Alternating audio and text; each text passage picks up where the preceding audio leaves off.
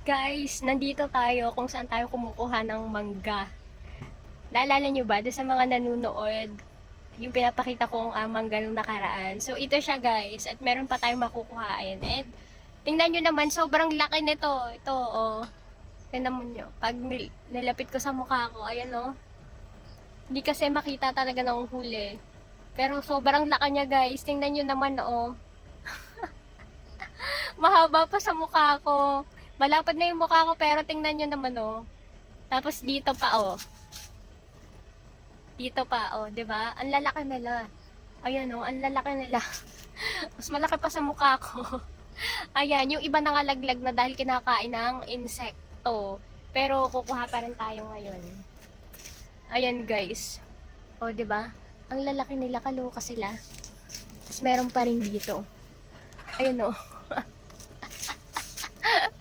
Kasi ano na siya, palipas na yung mangga, 'di ba? Kaya ayan, kinakain sila ng mga insekto. Sayang naman. Ito, gusto ko na itong kunin kasi sobrang laki niya na. O, parang oversized na ito. Ayan siya. Guys, kukunin na natin yung ibang mga mangga dahil kinakain sila ng insekto. Ayan, nakikita nyo ba yan? Ayan o, may mga insekto sila. Baka naman sila pa yung makinabang niyan, kaya kukunin na natin. Kaya hayop yung makinabang tao muna. So, ayan, kasi sayang. Pero iiwan pa naman natin yung iba. Ito lang. Kasi madami nang palang nangalaglag. Ayan. Diba? Sobrang laki niya, guys. Ow! Ayan. Oh. Ang laki. Pinakamalaki to. Ayan. O, diba? Ang laki niya. So, ayan. Meron naman tayong mangga. Ang lasa nito, guys. Grabe. Sobrang tamis niya. Wala yata siyang kaasim-asim. Kahit ano pa lang siya, parang hilaw pa lang or manibalang pa lang.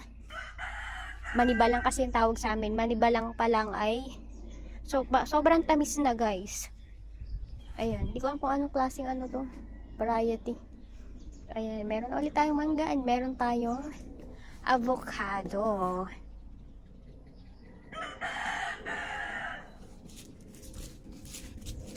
Dito pala, kusang tumutubo yung mga saluyot. Ayan, tingnan nyo naman.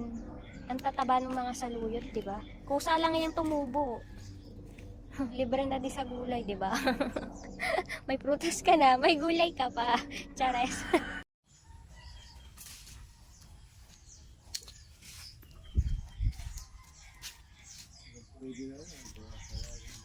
So guys, nanguha ulit tayo ng avocado. Ayun o, napapakinabangan ulit natin yung panungkit na nabili natin.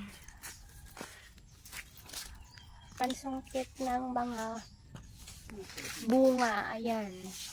Yung sa mga meron dyang puno na ganito at nahihirapan na sungkitin yung kanilang mga bunga kuhain, instead na umakyat kayo ay why not kumuha na lang kayo or bumili na lang kayo ng ganyang panungkit, 'di ba?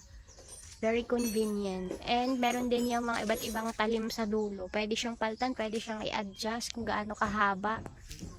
Ayan, medyo madami-dami na rin tayong nakuha. Tama na po ito, Kuya Boy. Masyado lang madami. Tama na po muna ito. Sa dati to, hanggang tuktok. Bunga to. Sayang. Hindi, gano'n naman yung ano. Kahit yung mga avocado. Ang dami kasi, di ba, bulaklak nung nakaraan kasi na ano, nalaglag. Ano? Kita mo yung rambutan dyan. Awalo. Tama na to, Kuya Boy. Masyado na po marami. Ayan, meron na ulit tayo. Ayan.